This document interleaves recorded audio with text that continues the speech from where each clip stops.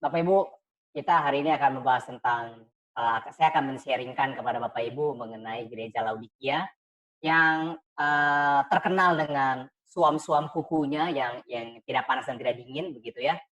Dan hari ini kita akan membahas tentang gereja Laodikia, tapi, sebelum kita membahas tentang gereja Laodikia, saya akan mengajak Bapak Ibu terlebih dahulu untuk melihat sejarah 7 gereja akhir zaman begitu ya, supaya Bapak Ibu, bisa mendapati dulu, mmm, latar belakang sejarahnya begitu, oke. Bapak Ibu bisa lihat di layar Bapak Ibu, eee, yang pertama itu adalah dari 7 gereja akhir zaman yang dituliskan oleh Yohanes begitu ya. Sebenarnya ini bukan ya kalau kita mau ngomong secara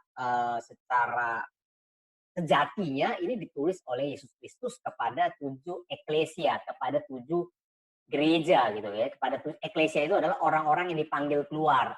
Jadi kalau Bapak Ibu bisa lihat yang pertama itu adalah untuk Efesus, kedua Smyrna, ketiga Pergamus, keempat Tiatira, kelima Sardis, keenam Philadelphia, ketujuh Laodikia. Saya tidak akan menyampaikan materi ini gini ya, saya kasih Bapak Ibu latar belakangnya dulu. Saya nggak akan menyampaikan materi ini dari Efesus apa yang kita bisa pelajari, dari Smyrna atau apa, Pergamus dan seterusnya seperti apa, bukan. Tapi saya terlebih dahulu ingin mengajak Bapak Ibu untuk melihat uh, perjalanan sejarah gereja, begitu ya. Yang ini yang akan saya ambil dan akan saya sharingkan kepada Bapak Ibu semua pada ya siang sore ini. Nah, yang pertama itu adalah gereja Efesus. Bapak Ibu bisa lihat di sini di atas ini gereja Efesus, gitu ya. Efesus ini adalah gereja yang dipimpin langsung oleh rasul-rasul, apostles church. Jadi gereja yang dipimpin langsung oleh para rasul-rasul Yesus Kristus, begitu. Ini berlangsung dari 32 Masehi setelah pencurahan Roh Kudus sampai dengan tahun 90 Masehi, ya. Ini adalah gereja Efesus, gereja yang dipimpin langsung oleh para rasul-rasul Kristus. Setelah itu kita masuk ke zaman gereja Smyrna. Ini adalah gereja di mana gereja yang penuh dengan penganiayaan. Itu sebabnya Anda bisa baca dalam gereja Smyrna, gereja ini dikatakan engkau miskin secara dunia, tapi engkau kaya di mata Tuhan. Gitu ya. Engkau kaya di mataku. Itulah gereja Smyrna. Ini berlangsung dari tahun 90 Masehi sampai dengan tahun 313 Masehi. Bapak Ibu dalam setiap kesempatan ya memang materi ini sudah sering saya bawakan. Ya saya sebut saja terutama di kota Surabaya begitu ya. Ini materi ini sudah saya siapkan, sudah saya gali, sudah saya pelajari sejak tahun ya 2018 begitu ya. Sudah saya pelajari dan puji Tuhan ya sampai pagi tadi saja saya pada siang hari ini saja saya masih mendapatkan sesuatu yang baru dari uh, ayat-ayat di sini dari ayat 14 sampai ayat ke-22 ini begitu. Oke. Bapak Ibu bisa lihat. Sorry sebentar. Oke, Bapak Ibu bisa lihat di gereja Smyrna ya dari tahun 90 Masehi sampai dengan 313 Masehi. Gereja Smyrna ini adalah gereja yang penuh dengan penganiayaan. Bapak Ibu bahkan dikatakan 3 abad pertama ya 3 abad pertama dari tahun 32 Masehi sampai dengan tahun 313 Masehi. Gereja itu tanpa gedung bangunan, Bapak Ibu. Tolong perhatikan baik-baik ya. Jadi gereja di 3 abad pertama itu underground, itu di bawah tanah, itu dikejar-kejar, itu mau dibunuh, mau dibinasakan. Kenapa mau dibinasakan? Karena engkau adalah pengikut Kristus. Ini 3 abad pertama, Efesus Smyrna, ya. Ini di mana gereja nggak ada gedung bangunan seperti sekarang, nggak ada Bapak Ibu. Itu mereka semua lari-lari, dikejar-kejar, dan mereka bersembunyi di bawah tanah. Itu yang terjadi. Oke. Tahun 313 Masehi, penganiayaan terhadap kekristenan dihentikan. Ya. Dan pada tahun 380 Masehi, 380 Masehi, kekristenan menjadi agama resmi Kekaisaran Romawi. Anda bisa lihat Bapak Ibu, sejak tahun 313 Masehi sampai dengan tahun 517 Masehi, itu adalah zaman gereja Pergamus. Kalau Anda tahu bahasa asli dari Pergamus, gamos itu kawin, per itu campur. Jadi gamos itu kawin campur. Oke, kata gamos itulah kita bisa mendapati poligami. Ya, ya kawinnya banyak begitu ya, poligami. Itulah kata dari gamos. Pergamos, kawin campur. Ini adalah masa di mana ketika kekristenan tidak dianiaya, ketika kekristenan menjadi agama resmi negara, itulah saat di mana kekristenan kawin campur dengan paganisme, kawin campur dengan berhala-berhala, ya. Bapak Ibu, kemarin kita sudah bahas dalam saat hari raya Paskah dan hari raya roti tidak beragi, kita sudah membahas bagaimana campuran-campuran, penambahan-penambahan itulah yang kita menjadi ragi, gitu ya, di dalam setiap ajaran kekristenan kita. Ya, kemarin saya ambil contoh karena bertepatan dengan hari raya Paskah dan hari raya roti tidak beragi. Saya sudah kasih contoh kepada Bapak Ibu yang hadir, gitu ya, Bapak Ibu yang mengikuti, tepatnya. Saya memberikan contoh, tidak ada kelinci Paskah, tidak ada telur Paskah, tidak ada. Ya, Anda bisa search sendiri di dalam Alkitab, tentunya bukan dalam tradisi gereja Anda, bukan dalam tradisi kekristenan, bukan, tapi di dalam Alkitab Anda tidak akan menemukan adanya telur Paskah, adanya kelinci Paskah. Adanya adalah anak domba Paskah dan roti tidak beragi. Oke ya, siapa itu roti? Saya nggak akan bahas lagi, tapi Anda bisa lihat dari materi-materi kita yang sebelumnya. Oke, Bapak Ibu, oke, nggak ada ya, nggak ada yang terputus ya. Saya sih tidak mendapat laporan bahwa saya terputus begitu. Oke, Pak Wanda, kalau misalnya saya tiba-tiba terputus, tolong info saya ya. Mungkin saya meleng nggak lihat ada yang terputus apa-apa. Oke, ya baik Bapak Ibu, Anda bisa lihat ini adalah gereja Efesus, ini adalah gereja yang dipimpin oleh rasul-rasul, lalu gereja Smyrna, gereja yang penuh dengan aniaya. Oke ya, 3 abad pertama kembali tidak ada gedung bangunan gereja, semuanya underground. Pergamus itulah saat di mana gereja kawin campur dengan paganisme, dengan agama-agama berhala. Tiatira, kalau Anda bisa lihat Bapak Ibu, Tiatira ini adalah surat yang paling panjang dalam Wahyu ya. Anda bisa lihat dalam Wahyu pasal yang kedua, ini paling panjang sekali, dan ini adalah masa kekelaman gereja Bapak Ibu. Ini dari tahun 517 Masehi sampai dengan 1517 Masehi. Itu puncaknya adalah ketika penjualan surat pengampunan dosa, begitu ya, pada tahun 1511 Masehi. Dan itu saatnya di mana reformasi gereja lahir. Ini masuk ke gereja Sardis, Bapak Ibu, Anda bisa lihat, itu dari tahun 1517 sampai dengan tahun 1739. Oke, Pak Bu, tolong perhatikan baik-baik.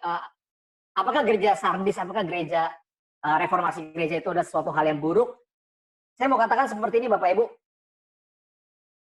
Saksi Yehova, Mormonisme, gitu ya, Saksi Yehova, Mormonisme, dan semua cabang-cabang denominasi yang lain itu semua lahir di zaman reformasi gereja.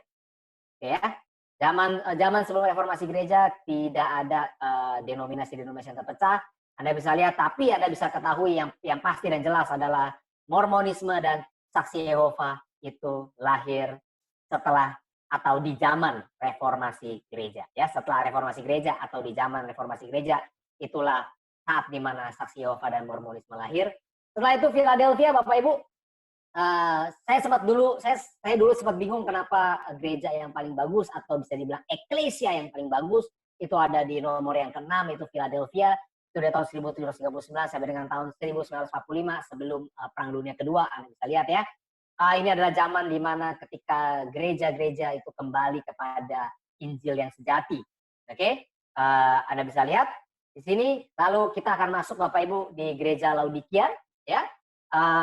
Ya, kalau Anda bisa lihat ini saya kasih tanggalnya dari tahun 1945 setelah Perang Dunia Kedua sampai dengan Yesus Kristus datang kembali yang kedua kali. Pak Bu, kenapa sih setelah tahun 1945 baru itu masuk ke zaman Laodikia? Bapak Ibu nanti ketika Anda melihat penjabaran saya di belakang, saya yakin Bapak Ibu pasti langsung akan mengerti kenapa saya katakan dari tahun 1945 sampai dengan Yesus Kristus datang yang kedua kali. Oke, Bapak Ibu Anda bisa lihat di sini saya tuliskan 7 gereja akhir zaman secara sejarah ya, secara perjalanan sejarah. Anda bisa melihat saya menuliskannya adalah dari gereja yang dipimpin oleh rasul-rasul menjadi gereja yang palsu. Jadi from Apostles Church to Apostate Church. Dari gereja yang dipimpin rasul-rasul menjadi gereja yang palsu. Oke, mari kita lihat Bapak Ibu, ini adalah gereja Laodikia. Mari kita lihat ayat yang pertama, ayat yang ke-14. Tolong lihat baik-baik, perhatikan baik-baik. Ayat ke-14 ini adalah gelar Yesus Kristus, Bapak Ibu bisa lihat, dan tuliskanlah kepada malaikat jemaat di Laodikia. Ya, tuliskanlah kepada malaikat. Bukan gini Bapak Ibu, kata malaikat itu menggunakan bahasa asli adalah angelos. Angelos itu bisa diartikan dua, bisa diartikan angel, malaikat, bisa juga diartikan sebagai utusan, begitu ya. Dan tuliskanlah kepada utusan eklesia di Laodikia. Oke, inilah firman dari Amin, saksi yang setia. Perhatikan, saksi yang setia dan benar, permulaan dari ciptaan Tuhan. Bapak Ibu, Yesus itu adalah saksi yang setia dan benar. Oke, Pak Bu tolong perhatikan baik-baik. Saksi, apa itu bahasa asli dari kata saksi? Anda bisa lihat di sini, martus. Ya, kalau Anda lihat lagi itu sama dengan akar kata yang sama dengan martir. Oke. Jadi Anda bisa lihat di sini, inilah firman dari Amin, martir yang setia dan benar. Bapak Ibu, bagaimana martir yang setia dan benar ini mati? Dia setia sampai mati. Dia setia sampai mati di kayu salib. Anda bisa lihat. So, dia adalah martir yang setia dan benar. Dan Bapak Ibu, satu kabar baiknya yang harus Anda terima, dan saya yakin Anda sudah menerimanya, begitu ya, dan Anda sudah percaya, bahwa kita semua adalah martir Kristus. Kita semua adalah para martir.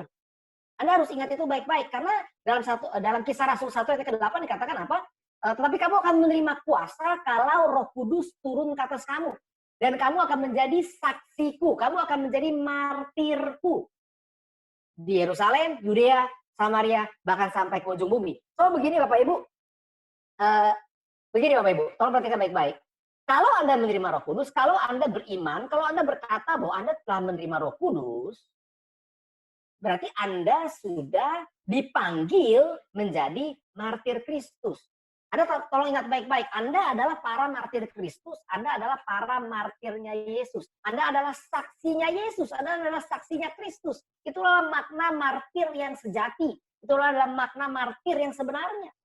Oke, Anda bisa lihat inilah firman dari Amin. Martir yang pistos, martir yang setia. Setialah, hendaklah engkau setia sampai mati. Wahyu 2 ayat 10. Hendaklah engkau beriman sampai mati. Hendaklah engkau percaya sampai mati. Itu yang harus kita lihat Bapak Ibu, kalau memang kita mengambil Yesus Kristus sebagai contoh.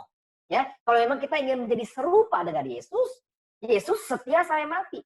Hendaklah kita juga setia sampai mati. Dan memang kita adalah para martir Yesus. Pak Bu, saya tahu ketika saya menyampaikan ini ada orang-orang yang berkata gitu ya, Jer, kita nggak semua orang Kristen mati martir kok. Yes, memang nggak semua kita mati martir Bapak Ibu. Itu saya setuju Bapak Ibu ya. Tapi satu hal yang perlu Anda ingat Bapak Ibu. Setiap kita dipanggil menjadi martir. Anda harus siapkan mentalnya. Anda harus siapkan mentalnya terlebih dahulu Bapak Ibu bahwa Anda dipanggil menjadi seorang martir Kristus. Anda dipanggil menjadi seorang martir Yesus. Masalah nanti Anda mau mati martir atau tidak itu urusan belakangan, tapi mental Anda siapkan. Anda harus menjadi martir bagi Yesus karena Anda telah menerima Roh Kudus. Karena Anda telah menerima Roh Kudus. Oke? So inilah firman dari Amin, martir yang setia dan benar, aletinos, gitu ya. Akulah jalan, akulah kebenaran, akulah hidup. Ya, Anda bisa lihat dalam Yohanes 14 ayat yang ke-6.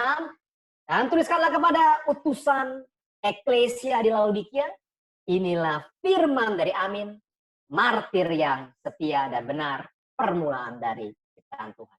Oke. Lihat lagi Bapak Ibu. Aku tahu segala pekerjaanmu, ayat 15 gitu ya. Saya ambil ayat yang kalimat yang pertama. Aku tahu segala pekerjaanmu. Bapak Ibu, kata aku tahu segala pekerjaanmu itu muncul 7 kali sepanjang kitab Wahyu. Anda bisa lihat.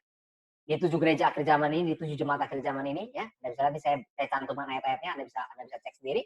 Aku tahu segala pekerjaanmu. Kenapa sih Tuhan bisa tahu segala pekerjaanmu? Anda bisa lihat dalam Wahyu 1 ayat 14. Kepala dan rambutnya putih bagaikan bulu yang putih metah, dan matanya, ya, matanya, optalmoi, matanya bagaikan nyala api. Matanya itu bagaikan puros, bagaikan nyala api. Pak Bu, Anda bisa lihat juga dalam 1 Korintus 3 ayat 13, perhatikan baik-baik, sekali kelak pekerjaan masing-masing orang akan nampak. Karena hari Tuhan akan menyatakannya, hari Tuhan akan apokaluptetai, hari Tuhan itu akan menyingkapkannya, hari Tuhan itu akan, ini akar kata yang sama dengan apokalipsis begitu ya, ini akar kata yang sama dengan ya penyingkapan, hari Tuhan itu akan menyingkapkannya, sebab ia akan nampak dengan api. Dan bagaimana pekerjaan masing-masing orang akan diuji oleh api itu. Pak Bu, Anda bisa lihat baik-baik, tolong perhatikan baik-baik. Tuhan kita itu seperti api. Tuhan kita itu seperti api dalam dua hal. Anda bisa lihat baik-baik, Bapak Ibu. Tuhan kita adalah api yang memurnikan. Satu. Tuhan kita adalah api yang menghanguskan. Dua. So, Anda masuk kategori yang mana? Anda masuk kategori yang dimurnikan atau Anda masuk kategori yang dihanguskan? Kalau Anda masuk ke dalam kategori yang dimurnikan, otomatis Anda tidak masuk ke dalam kategori yang dihanguskan. Nah, tapi akan terjadi sebaliknya Bapak Ibu. Kalau Anda tidak masuk ke dalam kategori yang dimurnikan, Anda akan masuk ke dalam kategori yang dihanguskan. Oke? Anda bisa lihat ya. So, Bapak Ibu, saya kasih lihat Bapak Ibu statement lagi yang di belakang. Aku tahu segala pekerjaanmu. Tidak ada pekerjaanmu yang tersembunyi di hadapan mataku. Tidak ada. Karena mataku, mata Tuhan itu bagaikan nyala api. Nyala api yang akan menguji, nyala api yang akan memurnikan, nyala api juga yang akan menghanguskan. Anda bisa dapat itu dalam 2 Tesalonika 2 ayat ke-9, begitu ya. Dia akan menghanguskannya si manusia durhaka itu dengan nafas yang keluar dari mulutnya. Ingat, dia adalah api yang memurnikan satu, dia adalah api yang menghanguskan. Anda masuk kategori yang mana, Anda tentukan saja sendiri. Oke? Anda bisa lihat Bapak Ibu, Tuhan kita seperti api, tadi saya sudah bahas. Mari kita lihat Bapak Ibu ayat yang berikutnya. Engkau tahu segala pekerjaanmu, engkau tidak dingin dan tidak panas.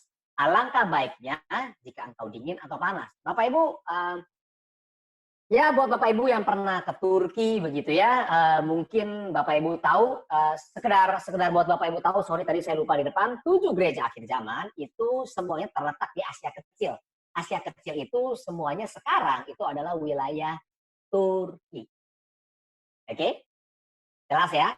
Jadi semua wilayah, semua 7 gereja akhir zaman itu ada di Asia Kecil, dan Asia Kecil itu yang dulu disebut Asia Kecil, sekarang itu adalah wilayah Turki. Nah, Anda bisa lihat Bapak Ibu, aku tahu segala pekerjaanmu, engkau tidak dingin dan tidak panas. Alangkah baiknya jika engkau dingin atau panas. Bapak Ibu tolong lihat peta di sini, entah di komputer Bapak Ibu atau di laptop Bapak Ibu atau di handphone Bapak Ibu, Anda bisa lihat baik-baik. Laodikia itu terletak di antara Hierapolis dan Kolose. Hierapolis itu adalah sebuah kota yang mengalirkan sumber air panas. Benar-benar panas Bapak Ibu. Jadi sumber air panas.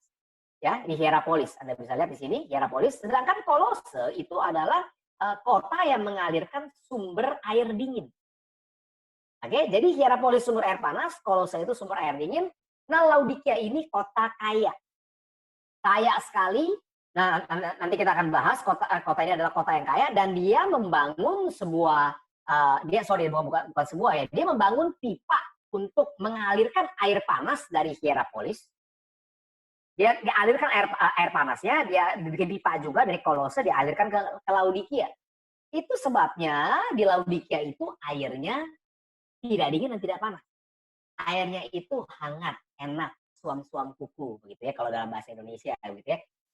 Suam-suam kuku atau bisa dibilang hangat lah, tidak dingin dan tidak panas. Itu sebabnya Bapak Ibu ya, kita perlu juga mempelajari geografis atau latar belakang sejarah kenapa Yesus Kristus bisa berkata demikian dalam 7 suratnya gitu ya. Anda bisa lihat Bapak Ibu, aku tahu segala pekerjaanmu, engkau tidak dingin, tidak panas. Alangkah baiknya jika engkau dingin atau panas. Jadi karena engkau suam-suam kuku dan tidak dingin atau panas, aku akan memuntahkan engkau dari mulutku. Pak Bu, tolong lihat baik-baik. Apa yang keluar dari mulut itu meluap dari hati. Oke. Jadi begini Bapak Ibu, kalau sampai Tuhan memuntahkan engkau dari mulutnya, berarti engkau sudah melukai hati Tuhan.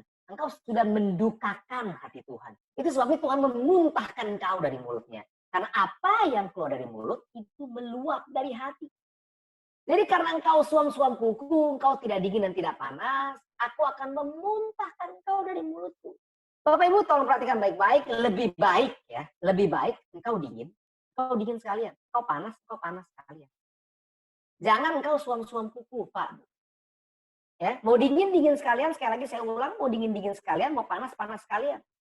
Karena kalau engkau tidak dingin dan tidak panas, aku akan memuntahkan engkau dari mulutku. Engkau melukai hati Tuhan, engkau mendukakan hati Tuhan.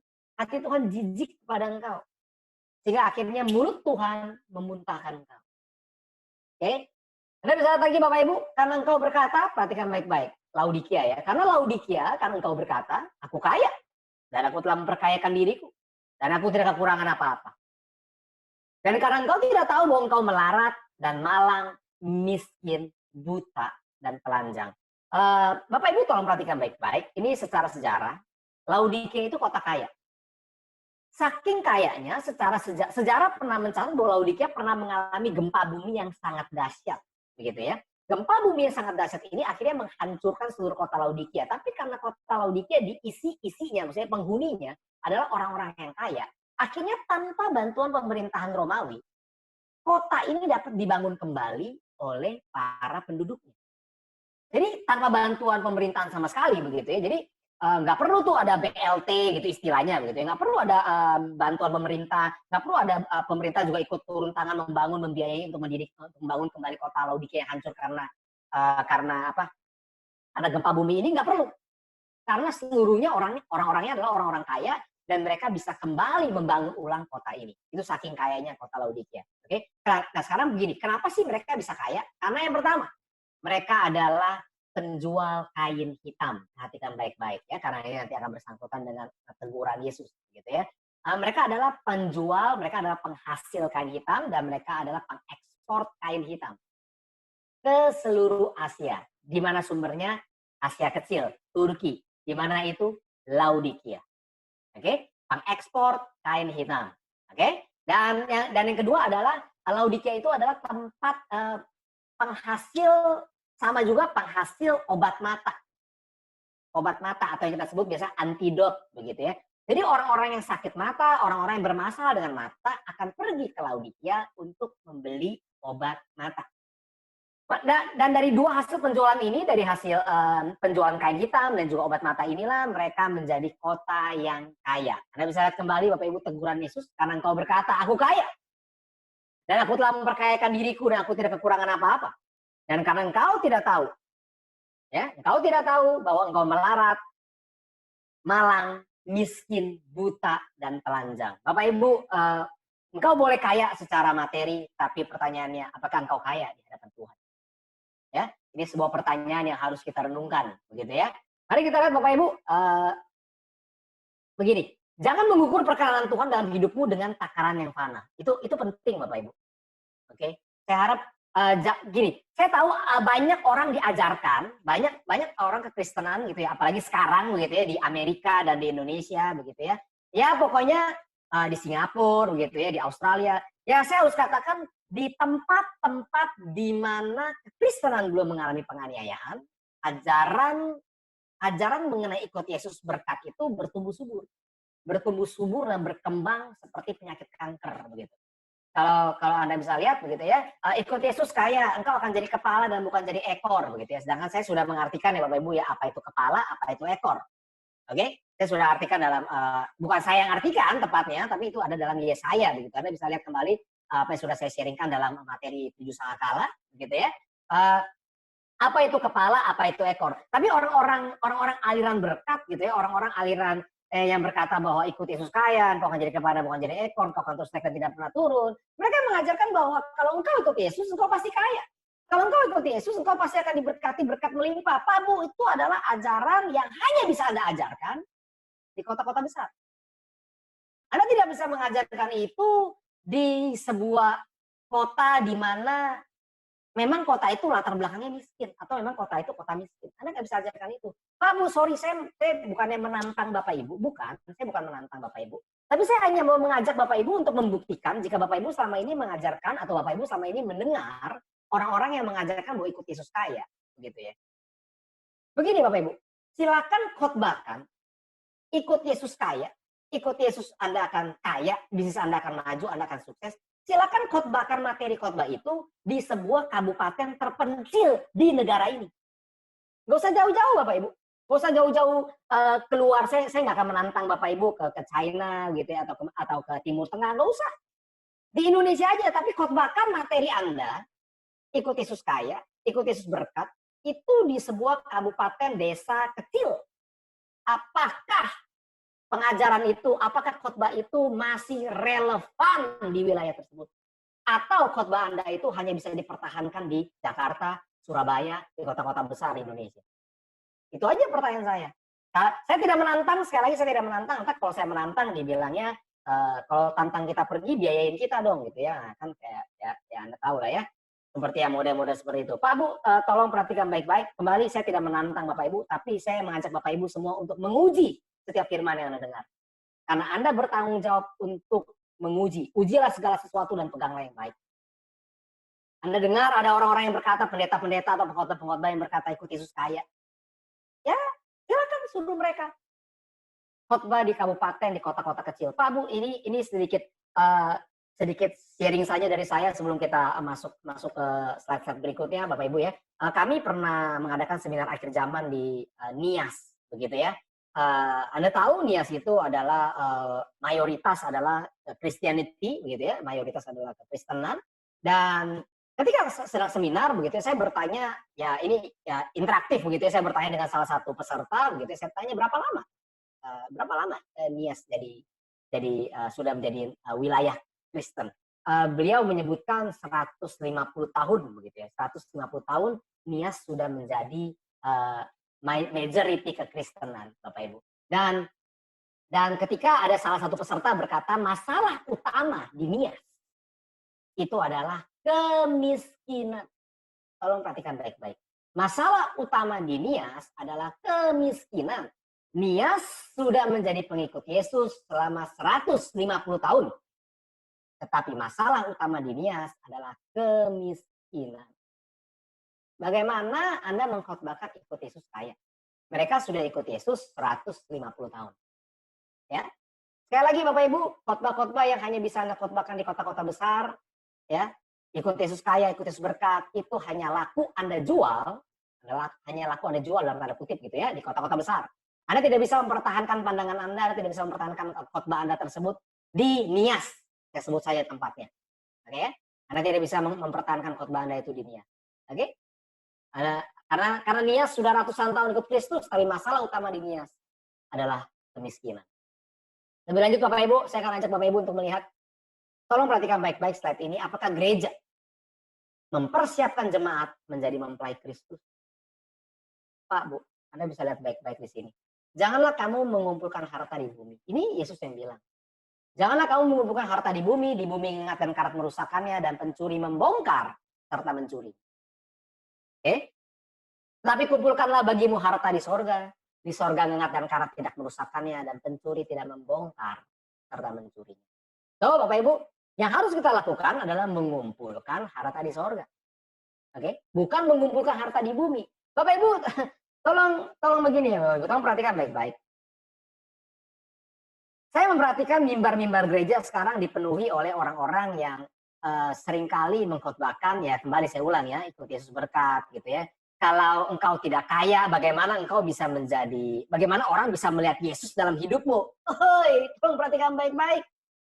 Kalau engkau tidak kaya, bagaimana orang-orang bisa melihat Yesus dalam hidupmu? Hei, engkau dipanggil itu untuk memberitakan imanmu kepada dunia. Engkau tidak dipanggil untuk memberitakan kekayaanmu seberapa banyak harta di dunia yang kau miliki. Bukan itu Bapak Ibu, tolong perhatikan baik-baik. Engkau dipanggil untuk memberitakan imanmu. Karena akan sangat lucu sekali kalau ada orang miskin, lalu mereka berkata, oh saya nggak bisa memberitakan iman saya, aduh saya miskin. Nah itu korban gereja berkat.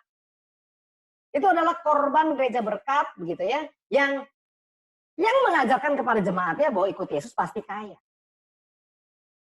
Pak Bu, Anda bisa lihat lagi. Kata Yesus kepadanya, jika engkau hendak sempurna, pergilah, jualah segala milikmu dan berikanlah itu kepada orang-orang miskin, maka engkau akan beroleh harta di sorga. Kemudian datanglah kemari dan ikutlah aku. Barang siapa mau mengikut aku, ya harus menyangkal dirinya, memikul salibnya, dan mengikut aku. Apakah engkau mau mengikut aku atau engkau mau mengikuti ajaran dunia ini? Ya, Bapak Ibu, sebuah statement dari saya begini, gereja, seringkali saya dapati gereja di akhir zaman tidak mempersiapkan jemaatnya menjadi mempelai Kristus, perhatikan baik-baik, tetapi gereja mempersiapkan jemaatnya untuk kawin dengan dunia. Ya, gereja seringkali cuman lip service doang, kita harus jadi mempelai Kristus, tapi gereja justru mengajarkan bagaimana justru kawin dengan dunia ini. Gereja justru mengajarkan kepada jemaatnya untuk mencintai dunia ini. Lihat baik-baik Bapak Ibu, janganlah kamu mengumpulkan harta di bumi ingat dan karat merusakannya. Dan saya mau tanamkan yang di sini, pencuri membongkar serta mencurinya. Ya, Anda bisa lihat Bapak Ibu, pencuri datang hanya untuk mencuri dan membunuh dan membinasakan. Aku datang supaya mereka mempunyai hidup dan mempunyainya dalam segala kelimpahan. Oke, Bapak Ibu, kalau engkau mengumpulkan harta di bumi, pencuri datang hanya untuk mencuri, membunuh, dan membinasakan. Oke? Kumpulkanlah bagimu harta di sorga. Di sorga ingat dan karat tidak merusakannya.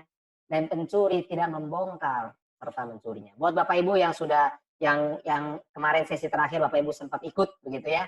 Saya sempat memberikan sebuah bahan renungan buat kita semua dari Matius 13, begitu ya.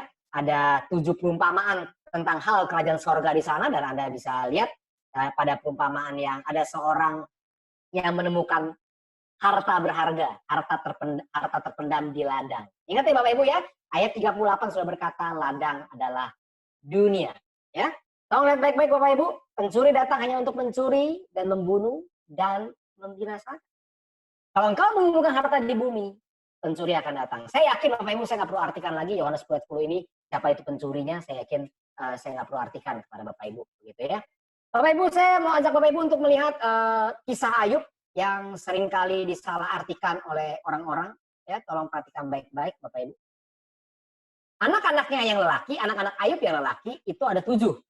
Ya, Anda bisa dapati di dalam ayat yang kedua. Ya, Ayub 1 ayat yang kedua Anda bisa dapati anak laki-laki Ayub itu ada 7. Anak-anaknya yang laki biasa mengadakan pesta di rumah mereka masing-masing menurut giliran. Dan ketiga saudara perempuan mereka diundang untuk makan dan minum bersama-sama mereka. So, Bapak Ibu Anda bisa lihat, pesta ini selalu berlangsung secara giliran di 7 rumah anak laki-laki. Gitu ya. Jadi contoh aja misalnya hari Senin, anak pertama, hari Selasa anak kedua, dan begitu seterusnya sampai hari Minggu anak ke-7 gitu ya. Anak yang perempuan, ketiga saudara perempuan selalu diundang. Jadi setiap kali pesta ada 10 orang yang merayakan pesta itu. Oke? Anda bisa lihat, jadi betapa kayanya keluarga Ayub ini. Jadi bukan Ayub doang gitu ya yang kaya, tapi anak-anak lelakinya juga menikmati kekayaan dari apa yang Ayub miliki. Lebih lanjut Bapak Ibu Anda bisa lihat, saya kasih Bapak Ibu dasarnya dulu sebelum kita next ke slide berikutnya. Perhatikan baik-baik. Apabila seseorang di antaramu hendak mempersembahkan persembahan kepada Tuhan, haruslah persembahanmu yang kamu persembahkan itu dari ternak, yakni dari lembu, sapi, atau dari kambing domba. Oke ya? So, Bapak Ibu, ini adalah persembahan yang harus kau persembahkan kepada Tuhan. Mari kita lihat, kita kembali ke kisah Ayub. Saya next. Perhatikan baik-baik Bapak Ibu, setiap kali apabila hari-hari pesta telah berlalu, Ayub memanggil mereka. Berapa banyak yang dipanggil? 7 anak laki-laki, 3 anak perempuan. Ayub memanggil 10 anaknya dan menguduskan mereka. Keesokan harinya, pagi-pagi bangunlah Ayub, lalu mempersembahkan korban bakaran sebanyak jumlah mereka sekalian. Berapa jumlah mereka? 10. 7 laki-laki, 3 anak perempuan. Oke? So, Anda bisa lihat apa yang dipersembahkan. Ini dia dipersembahkan. Itu dari ternak, yakni dari lembu sapi atau dari kambing domba. Pak, Bu, saya anggap saja Ayub itu mempersembahkan hanya dari kambing domba. Ini anggapan saja begitu ya. Karena memang tidak tertulis apa yang dipersembahkan oleh Ayub sebagai korban bakaran, apakah itu lembu atau apakah itu kambing domba begitu ya, nggak jelas. Tapi Bapak Ibu anggap saja kambing domba yang dipersembahkan oleh Ayub. So Bapak Ibu, setiap kali pesta selesai, Ayub mempersembahkan 10 kambing domba. Kenapa sih Ayub mempersembahkan 10 kambing domba? Sebab pikirnya, mungkin 10 anak-anakku sudah berbuat dosa dan telah mengutuki Allah dalam hati. Demikianlah dilakukan Ayub senantiasa. Oke? Anda bisa lihat Bapak Ibu, Ayub tahu anak-anaknya melakukan pesta. Ayub tahu 10 anaknya, 7 laki-laki dan 3 perempuan itu melakukan pesta. Ayub tahu mungkin anak-anakku sudah berbuat dosa dan telah mengutuki Allah dalam hatinya. Tapi apakah Ayub, apa tindakan yang Ayub lakukan? Tindakan yang Ayub lakukan adalah memanggil mereka, menguduskan mereka, lalu mempersembahkan korban bakaran sebanyak jumlah mereka sekalian. Pak, Bu, pertanyaan saya begini. Ini pertanyaan yang harus kita renungkan. Kalau Ayub orang miskin, mungkinkah Ayub melakukan tindakan yang dilakukan di ayat yang kelima ini? Jawabannya adalah tidak mungkin. Karena Ayub orang miskin. Ayub tidak punya apapun untuk dikorbankan. Kalau Ayub orang miskin, ya ini cuman ide, maksudnya bukan ide, itu cuma pemikiran saya doang ya. Kalau Ayub orang miskin, yang Ayub akan lakukan adalah menegur anak-anaknya. Tapi karena Ayub orang kaya, dia tidak menegur anak-anaknya. Dia tahu loh anak-anaknya berpesta, berbuat dosa, mengutuki Allah. Dia tahu, tapi dia tidak mau menegur anak-anaknya. Kenapa? Karena dia kaya. Ini sama seperti yang saya dapati fenomena ini saya dapati seperti di gereja-gereja sekarang gitu ya. Mereka berbuat dosa, mereka tahu mereka berbuat dosa, tapi mereka tidak mau memperbaiki dosa mereka tidak mau kembali kepada jalan yang benar, enggak. Yang mereka lakukan adalah apa? Membawa persembahan yang banyak bagi Tuhan. Yang mereka lakukan adalah ya kembali ya Bapak Ibu ya, bayar aja perpuluhan yang banyak bagi Tuhan supaya Tuhan mengampuni dosa. Tuhan tidak butuh uangmu Pak Bu. Tuhan tidak butuh uang. Seringkali saya harus katakan Bapak Ibu ya, sorry mungkin agak tajam gitu. Tuhan tidak butuh uangmu, manusia yang butuh uangmu. Tuhan tidak butuh uangmu, Tuhan butuh hati yang bertobat. Jangan mentang-mentang karena engkau kaya. Jangan mentang-mentang karena engkau adalah kalau bahasa kerennya gitu, engkau adalah pilar gereja. Jangan mentang-mentang karena engkau adalah donatur terbesar dalam sebuah gereja.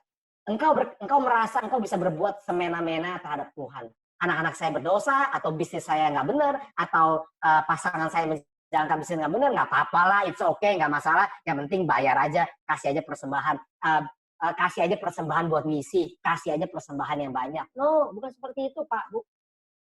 Tolong lihat baik-baik. Ini adalah apa yang Ayub lakukan di ayat yang kelima. Dia tahu anaknya bersalah, dia tahu anaknya berdosa, tapi dia don't care. Dia tidak mau menegur dosa itu. Yang dia lakukan adalah menyogok Tuhan. Lihat lagi baik-baik Bapak Ibu. Ayub 1 ayat ke-9. Lalu jawab iblis kepada Tuhan. Apakah dengan tidak mendapat apa-apa Ayub takut akan Tuhan? Pak Bu tolong lihat baik-baik ayat ini. Nah ini dan ini yang saya mau sampaikan begitu ya. Kalau Anda mungkin Anda mendengar firman ini dan berkata, masa kita orang Kristen nggak boleh kaya sih? Boleh. Masa orang Kristen nggak boleh sukses sih? Boleh. Saya nggak bilang nggak boleh, saya nggak bilang orang Kristen nggak boleh kaya. Saya nggak bilang orang Kristen nggak boleh sukses. Orang Kristen boleh kaya, orang Kristen boleh sukses. Tapi pertanyaannya adalah, apakah kekayaan yang kau miliki merusak kehidupan? Pak, Bu, jangan sampai kekayaan yang Tuhan percayakan kepada engkau menjadi celah bagi iblis untuk merusak kehidupannya. Nah, ini sebuah renungan kita, begitu loh ya. Anda bisa lihat, lalu jawab iblis kepada Tuhan, apakah dengan tidak mendapat apa-apa? Apakah dengan kalau Ayub miskin, Ayub takut akan Tuhan? Nah, ini bahasa sehari-harinya. Apakah dengan tidak mendapat apa-apa, Ayub takut akan Tuhan? Sekali lagi Bapak Ibu, tidak ada yang salah dengan Anda jika Anda adalah orang Kristen yang kaya, Anda adalah orang Kristen yang sukses, gitu ya. Nggak ada yang salah dengan itu. Tidak ada yang salah dengan itu. Tapi ya harus Anda perhatikan baik-baik. Apakah kekayaan yang Tuhan percayakan kepada engkau menjadi celah bagi iblis untuk masuk dan menyerang hidup. Kembali Bapak Ibu ke dalam Wahyu 3 ayat yang ke-18. Maka aku menasihatkan engkau supaya engkau membeli. Perhatikan Bapak Ibu, ada 3 item yang Tuhan suruh beli. Maka aku menasihatkan engkau supaya engkau membeli daripadaku emas yang telah dimurnikan dalam api, agar engkau menjadi kaya. Oke. Pak Bu, kalau Anda baca dalam gereja Smyrna itu dikatakan engkau miskin tapi engkau kaya. Di gereja Laodikia engkau kaya tapi engkau miskin, kata Tuhan. Anda bisa lihat. Ya. Udah orang ini udah kota kaya. Pengekspor kain, penghasil obat mata, tapi Tuhan katakan kau miskin. Beli daripada emas yang telah dimurnikan dalam api agar engkau menjadi kaya. Bapak Ibu, Anda bisa lihat di sini dalam Matius 7 ayat 24. Setiap orang yang mendengar perkataanku ini dan melakukannya, ia sama dengan orang yang bijaksana yang mendirikan rumahnya di atas batu. Oke? Anda bisa lihat Bapak Ibu dalam 1 Korintus 3 ayat 11. Karena tidak ada seorang pun yang dapat meletakkan dasar lain daripada dasar yang telah diletakkan, yaitu Yesus Kristus. Dari sini jelas Bapak Ibu, dasarnya adalah Yesus Kristus. Tapi pertanyaannya adalah dengan material apa Anda membangun di atas dasar yang Yesus Kristus itu? Dasarnya Yesus Kristus, semua orang Kristen tahu, semua orang yang mengaku pengikut Kristus, percaya kepada Kristus Yesus sebagai Tuhan dan Juru Selamat, tahu betul bahwa dasarnya harus Yesus Kristus. Lain pertanyaannya, dengan material apa Anda membangun di atasnya? Perhatikan baik-baik ayat yang ke-12 Bapak Ibu ya. Entahkah orang membangun di atas dasar ini dengan emas, perak, batu permata, kayu, rumput kering, atau jerami. Pak Bu, kalau Anda lihat dalam ayat yang ke-12 ini, dalam 1 Korintus 3 ayat yang ke-12 ini, Anda akan mendapati ada dua golongan. Emas, perak, batu permata adalah material-material yang ketika dihantam dengan api, ketika diuji dengan api, emas, perak, dan batu permata ini akan semakin murni. Tetapi kayu, rumput kering, atau jerami, ketika dihantam dengan api, ketika diuji dengan api, kayu, rumput kering, atau jerami ini akan hangus. Kembali Bapak Ibu, dia adalah api yang memurnikan, dia adalah api yang menghanguskan. Pertanyaannya, kalau Anda sudah berkata, dasar saya Yesus Kristus, oke, good. Pertanyaannya adalah yang harus kita renungkan, dengan material apa Anda membangun di atasnya? Anda membangunnya dengan emas, perak, batu permata, yang ketika api itu datang, api itu akan memurnikan. Atau dengan kayu, rumput kering, atau jerami. Jadi rumah juga nggak? Jadi juga. Jadi juga. Tetapi ketika api itu datang, api itu akan menjadi api yang menghanguskan. Sekali kelak pekerjaan masing-masing orang akan nampak. Karena hari Tuhan akan menyatakan. Sebab ia akan nampak dengan api. Dan bagaimana pekerjaan masing-masing orang akan diuji oleh api itu. Jika pekerjaan yang dibangun seseorang tahan uji, ia akan mendapat upah. Jika pekerjaannya terbakar, ia akan menderita kerugian. Tetapi ia sendiri akan diselamatkan. Tetapi seperti dari dalam api. Tapi pekerjaannya hangus. Oke. Bapak Ibu Anda bisa lihat di sini. Dalam Matius 7:21. Ya. Bukan setiap orang yang berseru padaku Tuhan, Tuhan akan masuk ke dalam kerajaan sorga. Melainkan dia yang melakukan kehendak Bapakku yang di sorga. Pak Bu, ini Matius 7:21. Matius 6 mengajarkan apa? Jadilah kehendakmu. Sorry ya, saya ulang. Bapa kami yang di sorga, dikuduskanlah namamu. Oke? Jadilah kehendakmu. Jadilah kehendakmu. Telema, jadilah kehendakmu di bumi seperti di sorga. Ya, buat Bapak Ibu yang sudah ya ini bukan pertama kali Bapak Ibu mengikuti ya sharing firman ini, Bapak Ibu pasti sudah pernah tahu gitu ya, bahwa dalam Yohanes 4 ayat 34 Yesus berkata apa? Makananku ialah melakukan kehendak dia yang mengutus aku dan menyelesaikan pekerjaannya. Makananku, kata Yesus, adalah melakukan kehendak dia yang mengutus aku dan menyelesaikan pekerjaannya. Dan bahkan kalau Anda lihat dalam Yohanes 6 ayat 40, begitu kemarin kita bahas, sebab inilah kehendak Bapakku, yaitu supaya setiap orang yang melihat anak dan yang percaya kepadanya beroleh hidup yang kekal, dan supaya aku membangkitkannya pada akhir zaman. Oke? Anda bisa lihat, bukan setiap orang yang berseru kepadaku Tuhan, Tuhan akan masuk ke dalam kerajaan sorga, melainkan dia yang melakukan kehendak Bapakku yang di sorga. Oke? Mari lihat baik-baik Bapak Ibu, ayat 22. Pada hari terakhir banyak orang akan berseru kepadaku, Tuhan, Tuhan, bukankah kami bernubuat demi namamu dan mengusir setan demi namamu dan mengadakan banyak mujizat demi namamu juga? Bapak Ibu tolong lihat baik-baik. Ini adalah, kalau Anda baca dalam 1 Korintus 12, ini semua adalah karunia-karunia roh. Bernubuat demi namamu, mengusir setan demi namamu, mengadakan banyak mujizat demi namamu juga. Ini adalah karunia-karunia roh, dan orang-orang ini berseru pada hari-hari yang terakhir, Tuhan, Tuhan, bukankah kami bernubuat, mengusir setan, mengadakan banyak mujizat semua demi namamu? Pada waktu itulah aku akan berterus terang kepada mereka yang berseru Tuhan, Tuhan. Dan berkata kepada mereka yang berseru Tuhan, Tuhan, aku tidak pernah ginosko kamu, aku tidak pernah mengenal kamu. Enyahlah daripadaku kamu sekalian, pembuat kejahatan. Pak, Bu, tolong lihat baik-baik ya. Saya mendapati sekarang ya, apalagi dengan, bukan sekarang sih, belum lama ini gitu, sebelum corona tepatnya begitu ya. Apalagi dengan fasilitas gereja yang luar biasa begitu. Saya mau katakan seperti gini Bapak Ibu, banyak orang mengejar popularitas di mata manusia. Mereka masuk ke gereja, mereka menggunakan mimbar gereja, tapi mereka mengejar popularitas di mata manusia. Bapak Ibu, saya mau tanamkan satu hal. Kalau engkau mengejar popularitas di mata manusia, satu hal saya mau katakan, engkau pasti dapat. Engkau pasti dapat. Kalau memang itu yang Anda kejar, engkau pasti dapat. Tapi pertanyaannya, apakah Tuhan mengenal engkau? Manusia boleh kenal engkau boleh terkenal di mata manusia. Tapi pertanyaannya adalah, apakah Tuhan mengenal engkau, Pak? Ini pertanyaan yang wajib kita renungkan. Ya, ini pertanyaan yang wajib kita renungkan pada siang menuju sore hari ini. Banyak orang mengejar popularitas di mata manusia. Engkau pasti dapat, Bapak Ibu ya, apalagi dengan gereja-gereja sekarang, dengan sosial media, engkau tinggal ketika Anda berkhotbah, Anda tinggal minta difoto, di-upload, lalu upload di IG begitu ya. Berikan caption-caption yang rohani, berikan ayat-ayat yang rohani. Undangan akan berdatangan. Undangan akan berdatangan. Manusia kenal engkau populer di mata manusia. Tapi pertanyaannya, apakah Tuhan mengenal engkau? Pak, Bu, saran saya satu hal, kejarlah popularitas di mata Tuhan. Ya, kejarlah popularitas di mata Tuhan. Anda bisa lihat Bapak Ibu dalam 2 Timotius 2 ayat yang ke-19. Tetapi dasar yang diletakkan Allah itu teguh. Dan meterainya ialah Tuhan ginosko, siapa kepunyaannya. Tuhan mengenal siapa kepunyaannya. Dan setiap orang yang menyebut nama Tuhan, Tuhan, hendaklah meninggalkan kejahatan. Anda menyebut Tuhan, Tuhan, kami bernubuat demi namamu, kami melakukan baik mujizat demi namamu, kami mengusir setan demi namamu. Tapi Tuhan bilang, sorry ya, saya nggak kenal kamu. Buat apa? Sekali lagi Bapak Ibu, sebelum kita next ke slide berikutnya, kejarlah popularitas di mata Tuhan.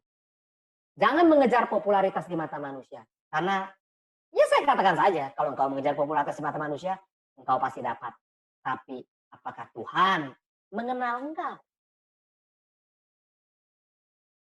Lihat lagi Bapak Ibu, saran yang kedua, nasihat yang kedua dari Yesus Kristus kepada jemaat di Laodikia, dan juga pakaian putih, ya, supaya engkau membeli pakaian putih, supaya engkau memakainya, agar jangan kelihatan ketelanjanganmu yang memalukan. Pak Bu, tolong perhatikan baik-baik.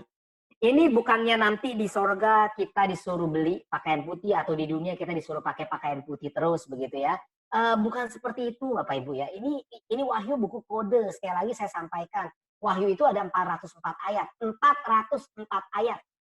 Dan itu mengutip 800 ayat lebih di dalam perjanjian lama.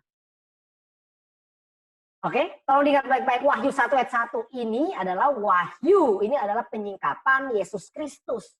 Matius 5 ayat 17, aku datang bukan untuk meniadakan hukum Taurat dan kitab para nabi, aku datang untuk menggenapinya.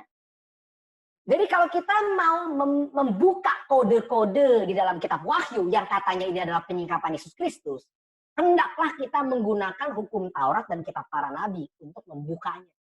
Karena ada 404 ayat dalam Wahyu, dan itu semuanya mengutip 800 ayat lebih di dalam perjanjian lama. Oke, Anda bisa lihat Bapak Ibu, dan juga pakaian putih supaya engkau memakainya agar jangan kelihatan ketelanjanganmu yang memalukan. Kata ketelanjangan bahasa aslinya di sini adalah agar jangan kelihatan kelaminmu yang memalukan. Agar jangan kelihatan auratmu yang memalukan. Oke, Anda bisa lihat Bapak Ibu dalam Wahyu 3 ayat yang keempat, tetapi di Sardis gitu ya. Kita naik ke 2 gereja di atas, tapi di Sardis ada beberapa orang yang tidak mencemarkan pakaiannya. Mereka akan berjalan dengan aku dalam pakaian putih. Pak Bu ingat Amos 3 ayat yang ketiga, berjalankah bersama-sama 2 orang jika mereka belum berjanji? Oke? Mereka akan berjalan dengan aku dalam pakaian putih karena mereka adalah layak untuk itu. Bapak Ibu, Anda lihat lagi. Lihatlah pencuri pada malam hari ya, kedatangan Yesus itu seperti pencuri pada malam hari digambarkan. Lihatlah aku datang seperti pencuri. Makarios, berbahagialah dia yang berjaga-jaga dan yang memperhatikan apa? Pakaiannya. Supaya ia jangan berjalan dengan telanjang dan jangan kelihatan kemaluannya. Anda bisa lihat tadi Bapak Ibu di sini. Sorry saya back dua slide. Anda bisa lihat agar jangan kelihatan auratmu yang memalukan, kenakanlah pakaian putih. Pak, Bu, Anda mau berjalan bersama Yesus, Anda harus mengenakan pakaian putih. Anda mau berjalan bersama Yesus, kenakanlah pakaian putihmu itu sehingga engkau tidak didapati berjalan dengan telanjang. Bapak Ibu tolong perhatikan baik-baik. Sekali lagi ini terminologi dalam Perjanjian Lama. Jangan kelihatan ketelanjanganmu yang memalukan. Ya, jangan kelihatan auratmu, jangan kelihatan kelaminmu yang memalukan. Pak Bu, kata aurat, kata kelamin itu selalu menggambarkan perzinahan dengan Allah lain. Ketika kalau Anda baca dalam Yesaya pasal yang ke-23 begitu ya, ada istilah,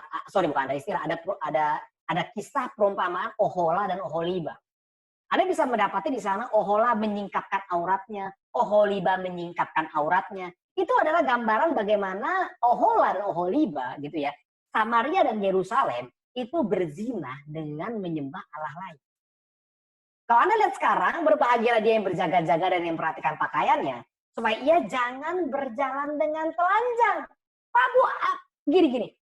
Di mana pertama kali dalam firman Tuhan, Tuhan ingin berjalan bersama-sama dengan manusia di hari yang sejuk, tetapi manusia bersembunyi karena manusia sadar bahwa dia telanjang.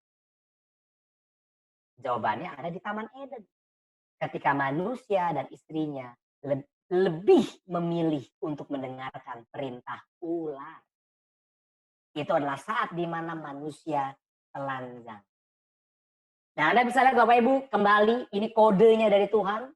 Berbahagialah dia yang berjaga-jaga dan yang memperhatikan pakaiannya, pakaian putih, supaya ia jangan berjalan dengan telanjang. Jangan sampai ketika aku mau berjalan bersama dengan engkau, engkau berkata lagi, aku telanjang, sama aja.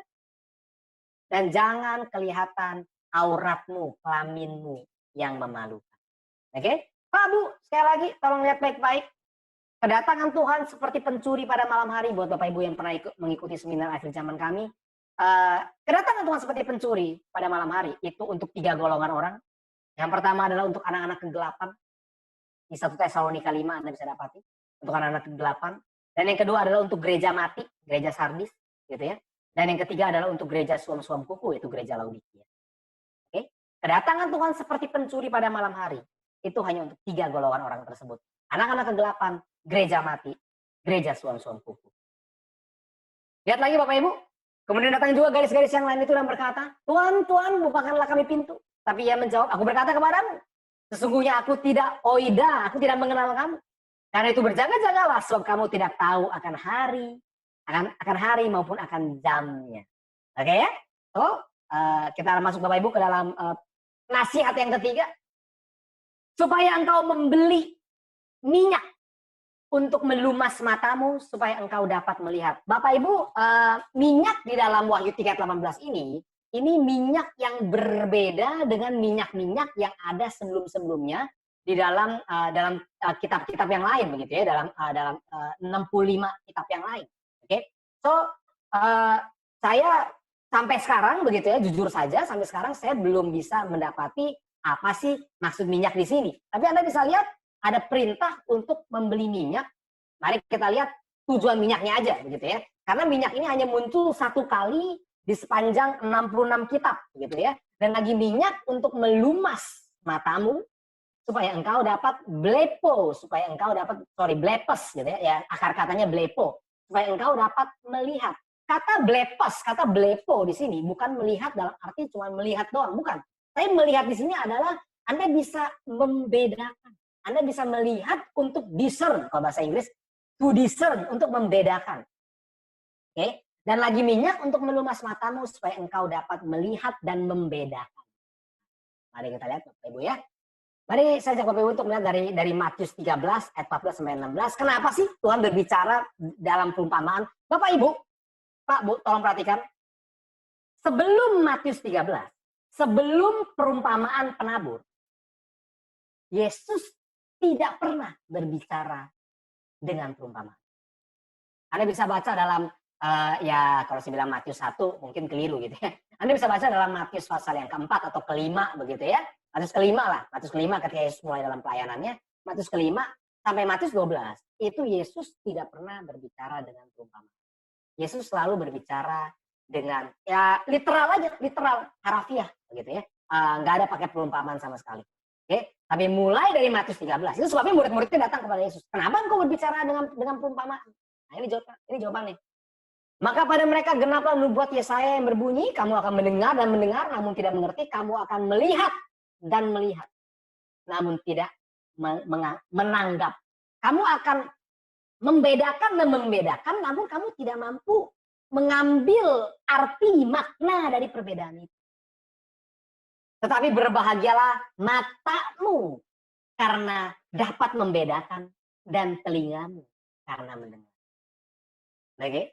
Ingat ya? Bukan hanya karena melihat aja gitu, bukan. Ini punya mata yang dapat membedakan. Bapak Ibu Anda bisa lihat kembali kata blepete ini, ya, bukan blepotan gitu ya.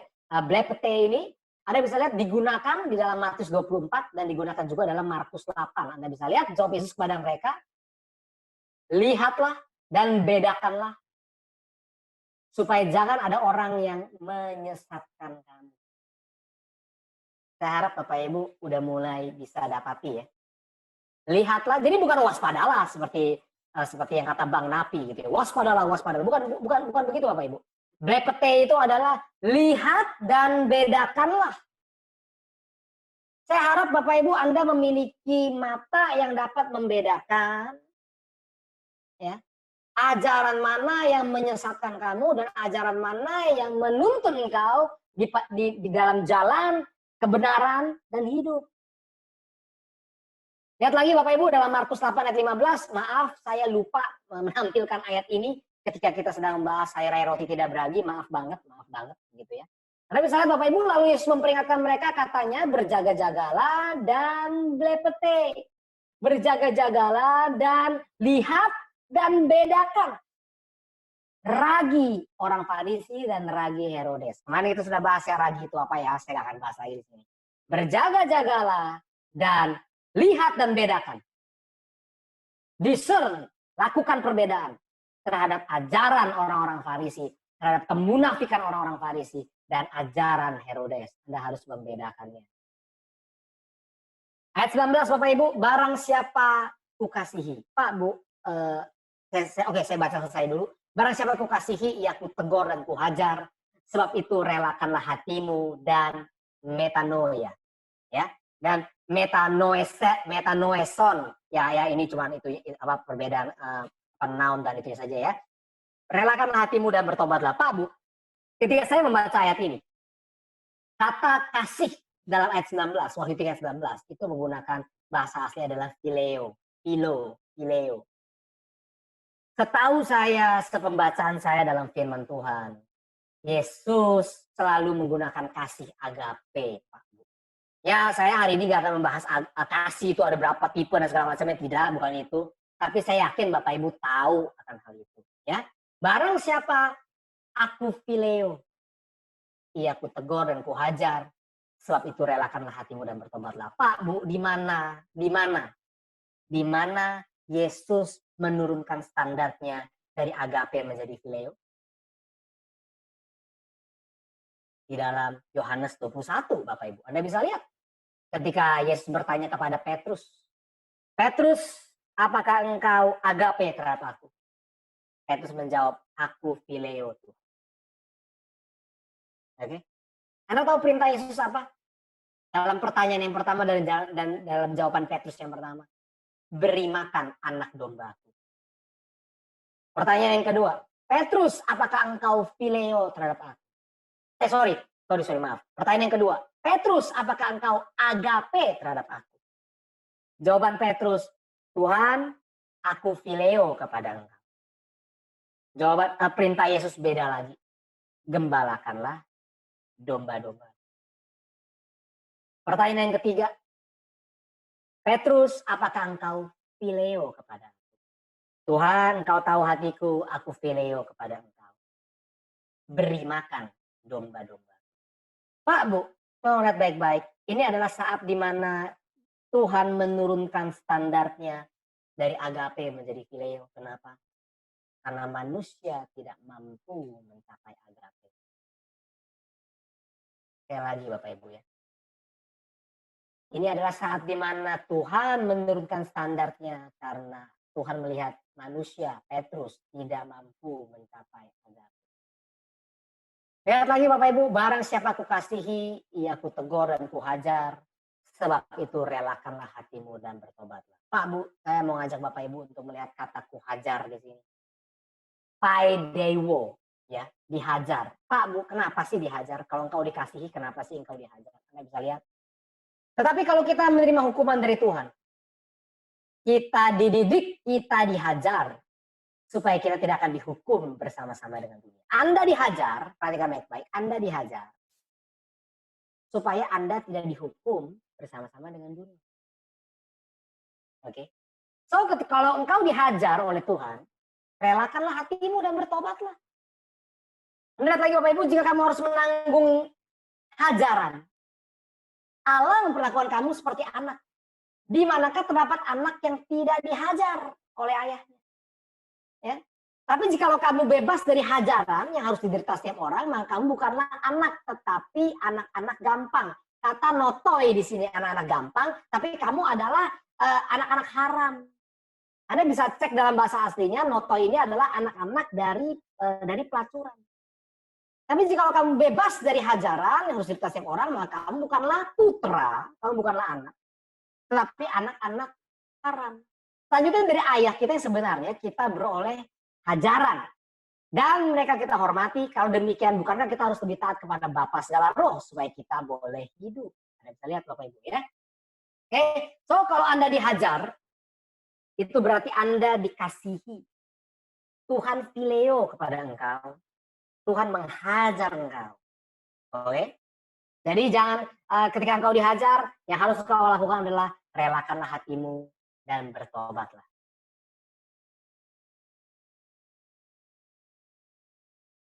Pintu dan mengetok. Jika ada orang yang mendengar suaraku dan membukakan pintu, aku akan masuk mendapatkannya dan aku akan makan bersama-sama dengan dia dan ia bersama-sama dengan aku. Pak Bu, tolong perhatikan baik-baik. Tolong perhatikan baik-baik. Yesus dengan sopan berdiri depan pintu dan mengetok. Saya tahu Bapak Ibu ayat ini sering digunakan oleh orang-orang begitu ya, oleh para penginjil atau para pengkhotbah dan terutama seringkali dikutip dalam altar call begitu ya. Ketika altar call orang sering sekali menggunakan ayat Wahyu 3:20 ini. Lihat, Yesus berdiri buka pintu dan mengetok. Mengetok apa? Mengetok pintu hatimu. Bu, saya nggak mau bilang itu salah, tapi saya mau mengajak Bapak Ibu pada sore hari ini menempatkan ayat ini pada posisinya yang akurat. Mari kita mengartikan Wahyu 3:20 ini pada konteksnya yang akurat. Ini lagi ditujukan buat siapa sih? Kepada angelos, kepada utusan Eklesia Laodikia. Berarti ini ditujukan kepada para pemimpin gereja. Lihat, aku berdiri di muka pintu eklesia dan mengetok. Lihat baik-baik Bapak Ibu. Sebelum saya lanjut, inilah firman dari yang kudus, yang benar, yang memegang kunci Daud. Ini dalam gereja Philadelphia. Pak Bu, dia memegang kunci Daud. Apabila ia membuka, tidak ada yang dapat menutup. Apabila ia menutup, tidak ada yang dapat membuka. Dia memegang kunci Daud, Bapak Ibu. Tapi kenapa di depan pintu gereja Laodikia, dia dengan sopan mengetok pintu? Perhatikan baik-baik Pak. Dia memegang kunci Daud. Semua pintu dia bisa buka. Nggak ada yang bisa tertutup baginya. Dia bisa buka semua pintu. Tapi khusus di depan pintu gereja, Yesus dengan sopan mengetok pintu. Anda bisa lihat, aku tahu segala pekerjaanmu. Lihatlah, aku telah membuka pintu bagimu yang tidak dapat ditutup oleh seorang pun. Anda bisa lihat Bapak Ibu ya. Yesus dengan sopan berdiri depan pintu gereja dan mengetok pintu gereja. Bapak Ibu, ini sedikit renungan dan ini terjadi. Ya, ini terjadi. Sorry, saya harus sebut ya. Saya harus fair-fairan saja Bapak Ibu kepada Bapak Ibu semua. Ini terjadi pada gereja-gereja besar. Seringkali Bapak Ibu begini, seringkali sekarang gereja-gereja itu tidak memerlukan Yesus lagi.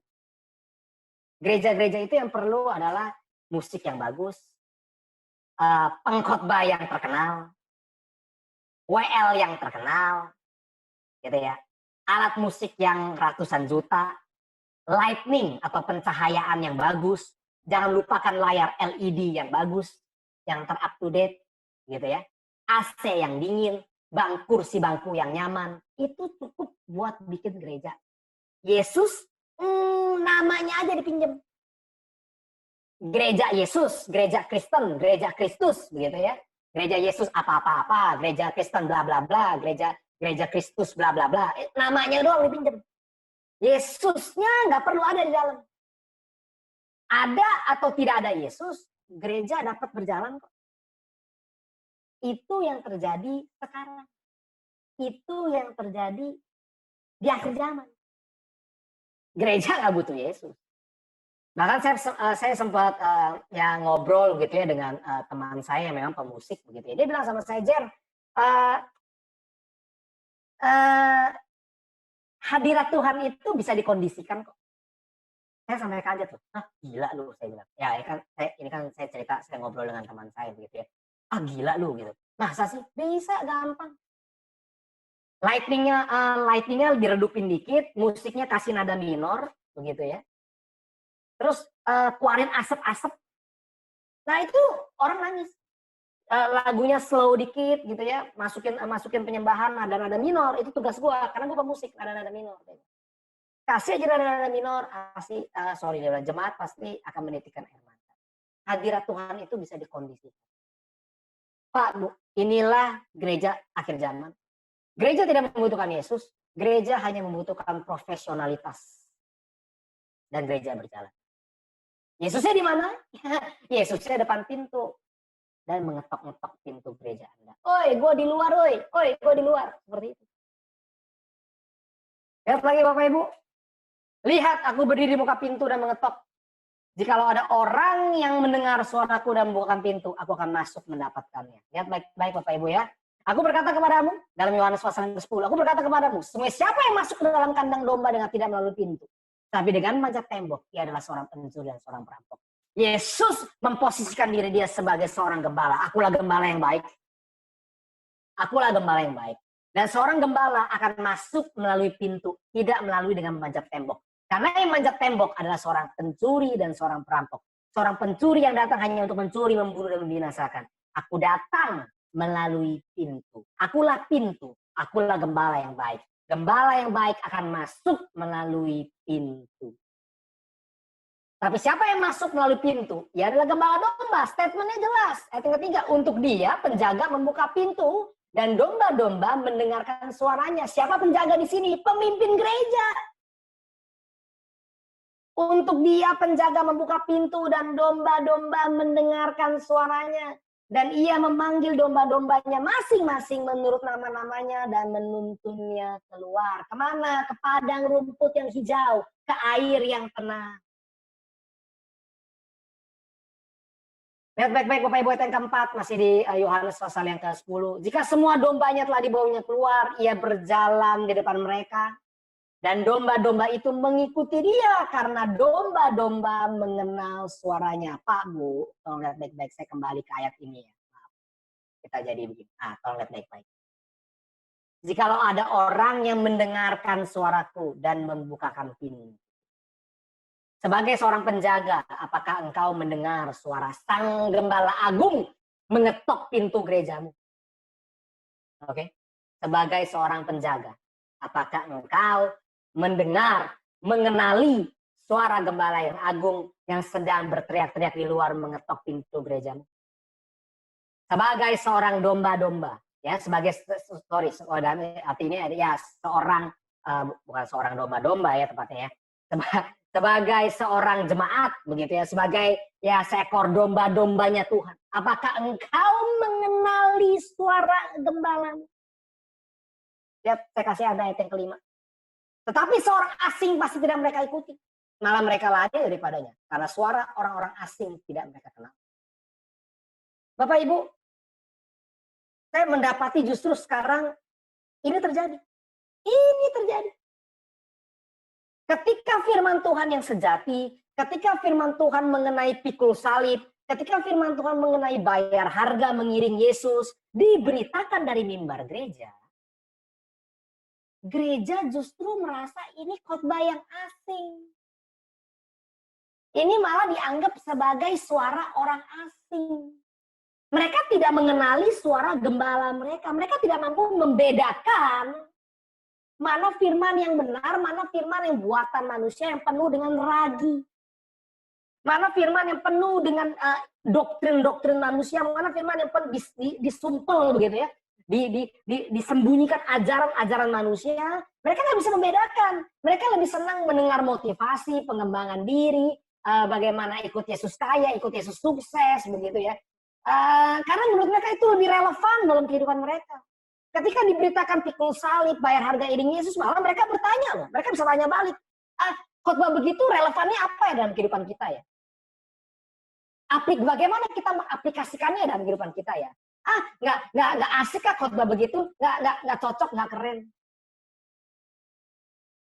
Khotbah firman Tuhan yang benar-benar justru menyampaikan firman Tuhan yang sejati, malah mereka anggap itu adalah suara orang asing. Pak, Bu, ketika sekali lagi renungannya adalah ketika Yesus berdiri di muka pintu gerejamu dan mengetok. Apakah engkau mendengar suaranya? Apakah engkau mengenali suaranya? Atau engkau justru mendatangkan para pengkhotbah yang mengajarkan doktrin iblis? Barang siapa berasal dari Allah, ia mendengarkan remata Allah.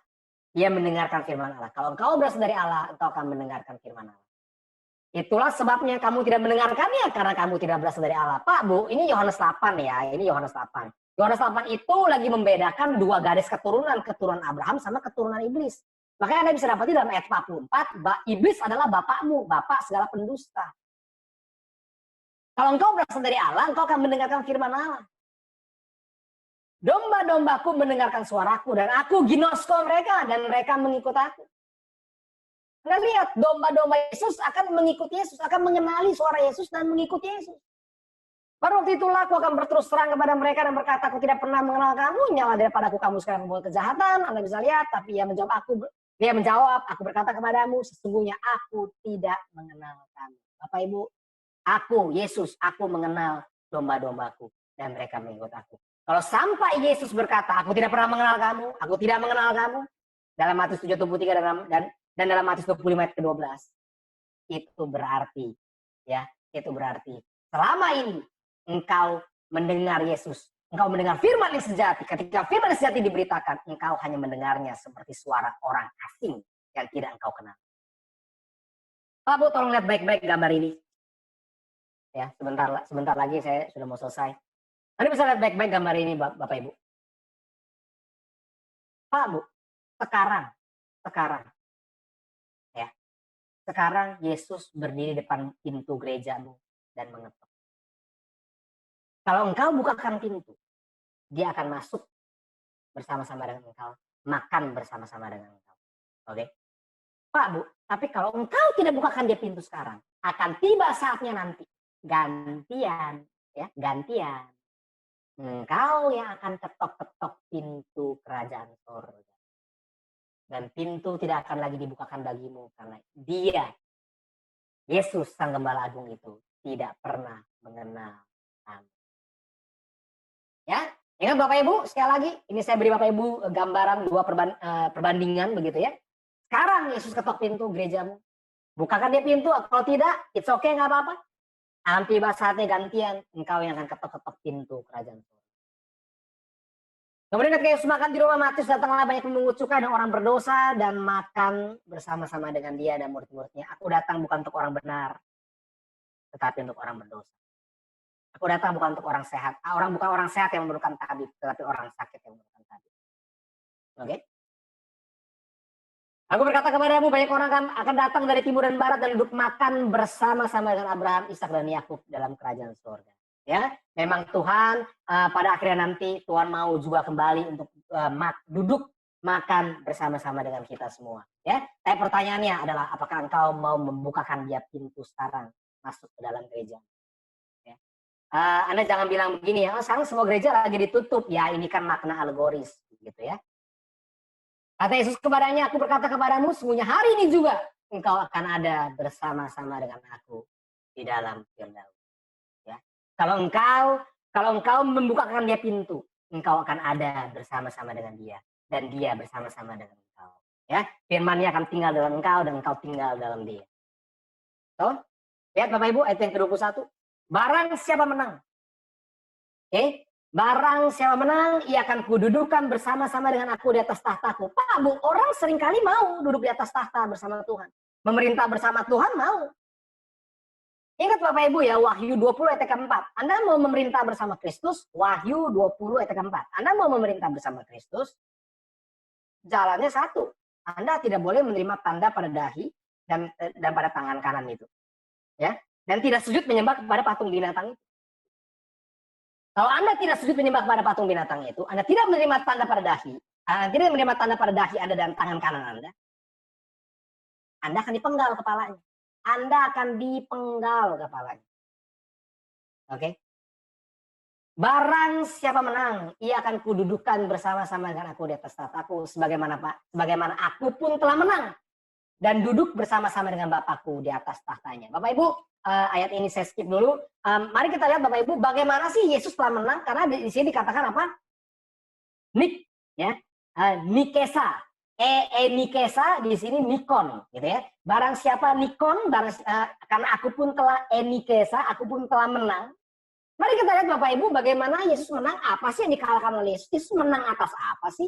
Mari kita lihat Yohanes 16 ayat 33. Semuanya itu kukatakan kepadamu, semuanya itu apa? Semuanya yang disampaikan dari pasal 16 ayat 1 sampai ayat 32. Tolong dibaca.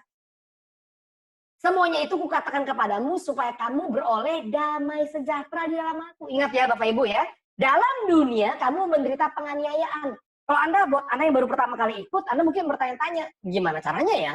Kok bisa di dalam Tuhan beroleh damai sejahtera, tapi dalam dunia menderita tilipsin, dalam dunia menderita penganiayaan? Iya, karena Yohanes 14 ayat 27 berkata apa? Damai sejahtera yang kuberikan kepadamu itu tidak seperti yang dunia berikan. Tetapi kuatkanlah hatimu, aku telah mengalahkan dunia. Yesus telah mengalahkan dunia, dan Anda lihat baik-baik Bapak Ibu. Sebab semua yang lahir dari Allah mengalahkan dunia.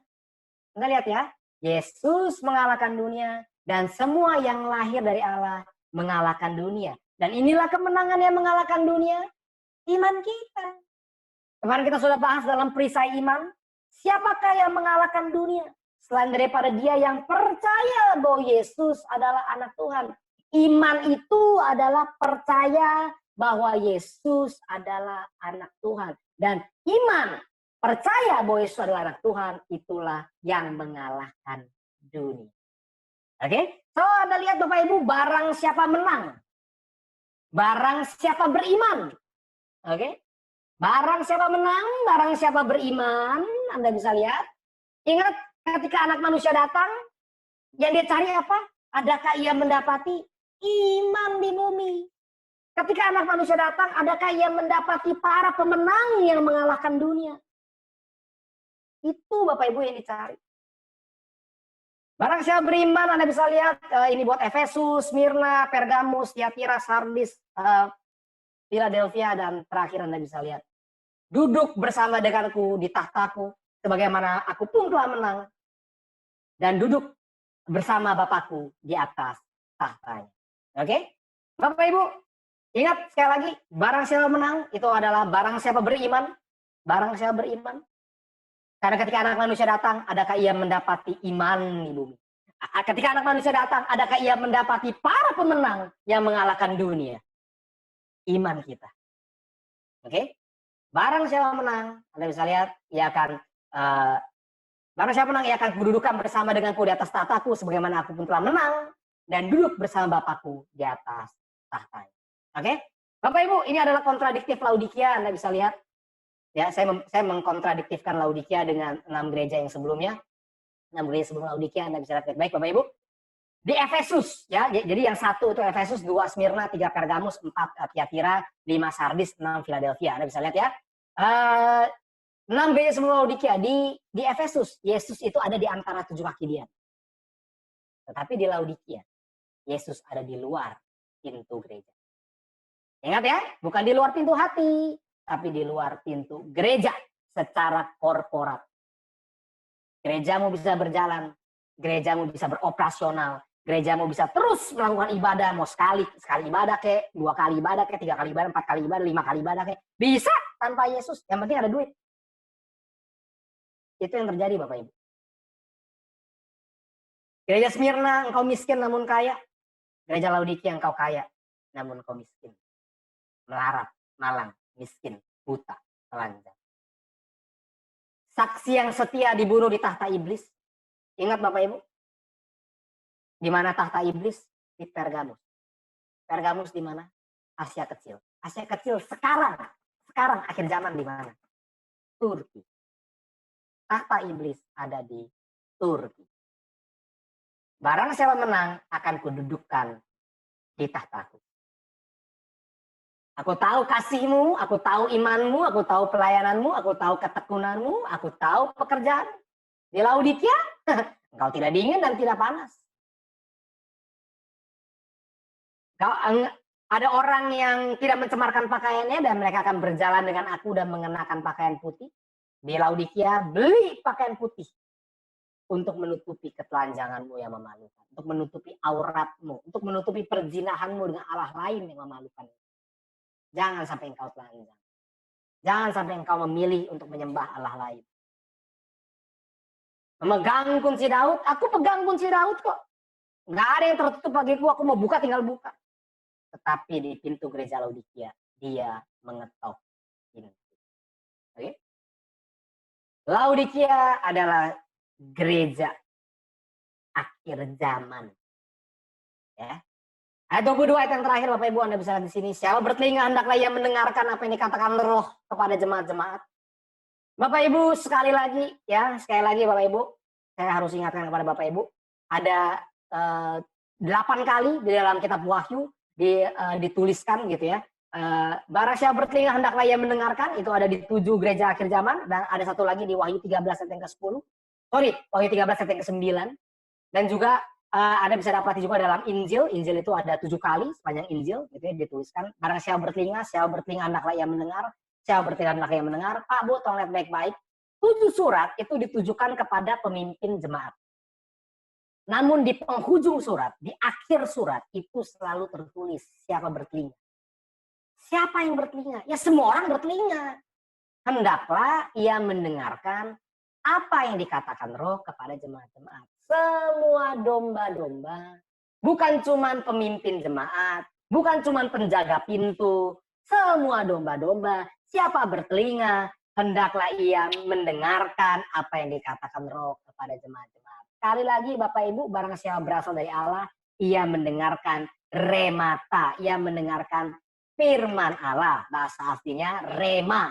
Ya, iman di Roma 10:17, iman timbul dari pendengaran akan rema Kristus. Ya, sekali lagi Bapak Ibu, 2 Timotius 4 ayat 4. Akan tiba saatnya di mana orang-orang akan memalingkan telinganya dari kebenaran. Siapa itu kebenaran? Yesus. Akulah jalan dan kebenaran dan hidup. Orang-orang akan memalingkan telinganya dari Yesus dan membukanya bagi dongeng, membukanya bagi mitos. Bapak Ibu, kalau sekali lagi saya sampaikan, kalau engkau mengkhotbahkan, kalau engkau membiasakan, gitu ya, mengkhotbahkan, memberikan telinga, memberikan makan bagi telinga jemaat Anda, itu adalah mitos, itu adalah khotbah-khotbah yang bukan firman Tuhan, begitu ya. Akan tiba saatnya domba-domba Anda beserta Anda tidak akan mampu berdiri pada hari-hari yang jahat. Karena begini Bapak Ibu, kita dibenarkan karena iman. Dengan hati orang percaya dan dibenarkan karena iman. Dan dengan mulut orang mengaku dan diselamatkan oleh iman. Kita dibenarkan karena iman, Roma 5 ayat 1, kita diselamatkan oleh iman, Efesus 2 ayat 8. Kita berdiri tegak, kita tegak tercacak karena iman, Roma 11 ayat 20. Anda mau berdiri pada hari-hari yang jahat, Anda harus memiliki iman. Supaya Anda bisa berdiri pada hari-hari yang jahat. Dan iman ini timbul dari pendengaran akan rema Kristus. Siapa bertelinga? Hendaklah ia mendengarkan apa yang dikatakan Roh kepada jemaat-jemaat. Bapak Ibu, Ini sebuah gambaran, abis ini kita selesai, ini sebuah gambaran mengenai orang yang, ya kalau kita suka jalan-jalan begitu ya, saya nggak tahu berapa banyak dari Bapak Ibu yang suka jalan-jalan begitu ya, sebenarnya ini sih pertanyaan retoris karena saya yakin semua Bapak Ibu pasti senang jalan-jalan begitu ya. Bapak Ibu ada suatu hal yang penting yang harus kita lakukan kalau kita mau jalan-jalan ya, entah itu kita mau ke Paris, ya bukan sekarang ya karena lagi corona begitu ya, ini saya ngomong dulu deh, misalnya kita mau pergi ke Paris, kita mau pergi ke Amerika, kita mau pergi ke, ya kita mau pergi kemanapun begitu ya. Bapak Ibu, selain paspor, visa, dan packing baju, ada hal penting lagi yang harus kita lakukan, adalah menukarkan uang kita. Kita akan pergi ke money changer untuk menukarkan uang kita. Oke. Pak, Bu, seberapa banyak uang yang akan kita tukarkan kalau kita mau pergi 2 minggu? Oke. Saya lanjutkan pertanyaannya, mungkin pertanyaannya belum jelas. Seberapa banyak uang yang mau kita tukarkan kalau kita mau pergi 1 bulan? Saya perdalam lagi ya. Seberapa banyak uang yang akan kita tukarkan ke money changer kalau kita mau bersekolah di sana? Saya tambahin lagi ya. Seberapa banyak uang yang mau kita tukarkan ke money changer kalau kita mau for good di sana? Kalau kita mau menetap di sana, udah menjadi warga negara, ya anggap deh misalnya di Prancis, kita mau jadi warga negara Prancis. Seberapa banyak rupiah yang hendak kita tukarkan ke mata uang euro, gitu ya. Kalau kita mau menjadi, udah mau pindah, udah nggak balik-balik lagi. Jawabannya adalah kita akan menukarkan semuanya. Pak, Bu, sekarang ini yang menjadi bahan pertanyaan dan perenungan kita. Ini slide terakhir beneran. Seberapa banyak harta dunia yang mau Anda tukarkan menjadi harta surgawi? Kalau kita tahu tujuan akhir kita bukanlah dunia ini. Tujuan akhir kita adalah duduk makan bersama-sama dengan Dia dan bersama-sama dengan Yesus dan Dia bersama-sama dengan kita. Berapa banyak? Jawabannya adalah seluruhnya, semuanya.